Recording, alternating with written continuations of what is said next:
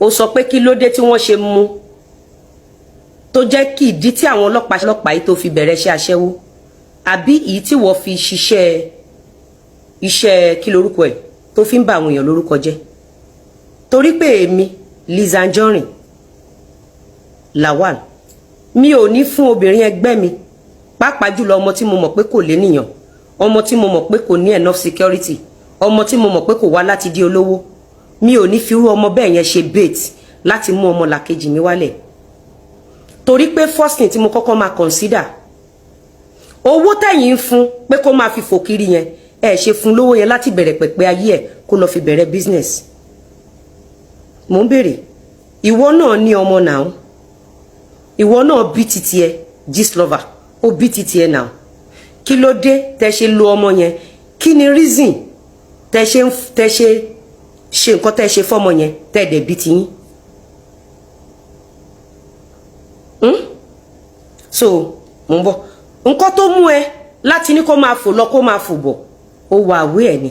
So jẹ́ kí n máa ṣe analysis mi lọ, mi ò tí ì go deeper torí ọ̀nà sì jìn gan.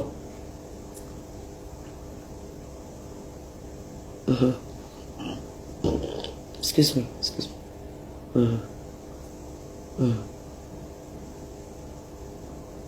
Ṣé ẹ̀ṣẹ̀ tí irinṣẹ́ ẹ̀ṣẹ̀ ṣé ẹ̀ṣẹ̀ tó yẹ kó tó 2024 ni? Ó ní pé wọn grant ẹ̀ ní bail. Ṣé ẹ̀ṣẹ̀ tí Gistlover mú ń béèrè lọ́wọ́ ẹ̀, ẹ̀ṣẹ̀ tí irinṣẹ́ tó ń lò tó ṣẹ̀, ẹ̀ṣẹ̀ death certificate, ẹ̀ṣẹ̀ power of attorney.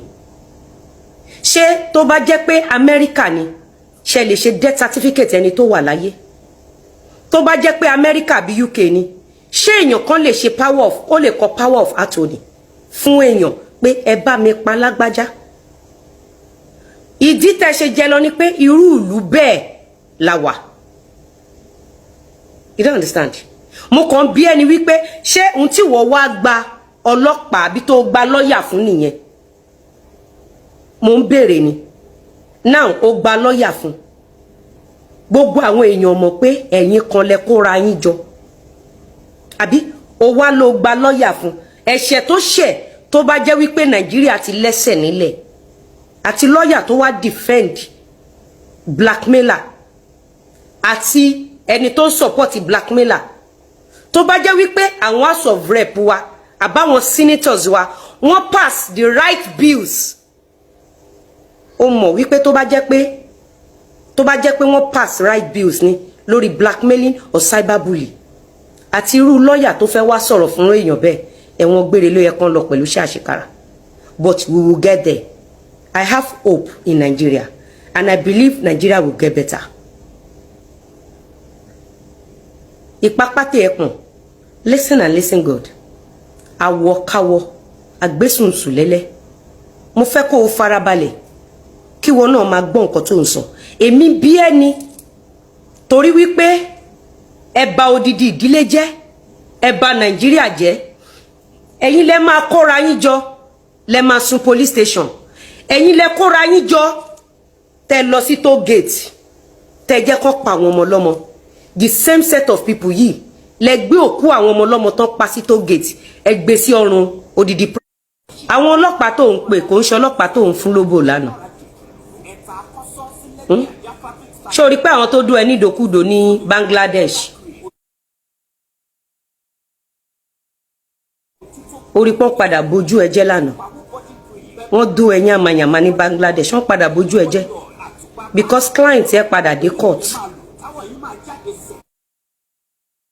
Then case wo ni client ẹ ló lọ sí fún? O sọ fún àwọn èèyàn. You posted this few hours tí mo bímọ tán. Ọmọ tí mo bí ò tí pé 100 hours. You posted. Ìwọ Gistlover. Ṣé o mọ̀ pé o gbowó? Àbí o gbowó? O gbowó náà. O dẹ̀ chat me up pẹ̀lú US number lórí WhatsApp. Nígbà tó gbọ́ audio yìí, ṣe borí WhatsApp kí with you ni mo máa sọ. Ìyẹn àwọn ọlọ́pàá nù. Reason tó ṣe wá ṣiṣẹ́ pọ̀ pẹ̀lú ẹ̀mí ò mọ̀.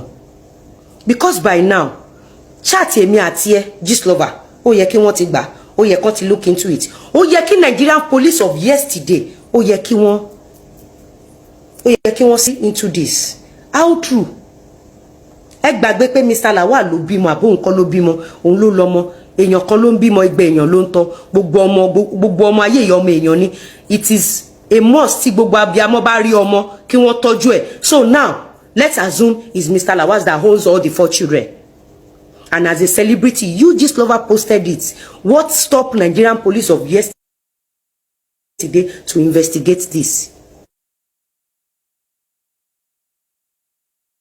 To know, but they are watching you.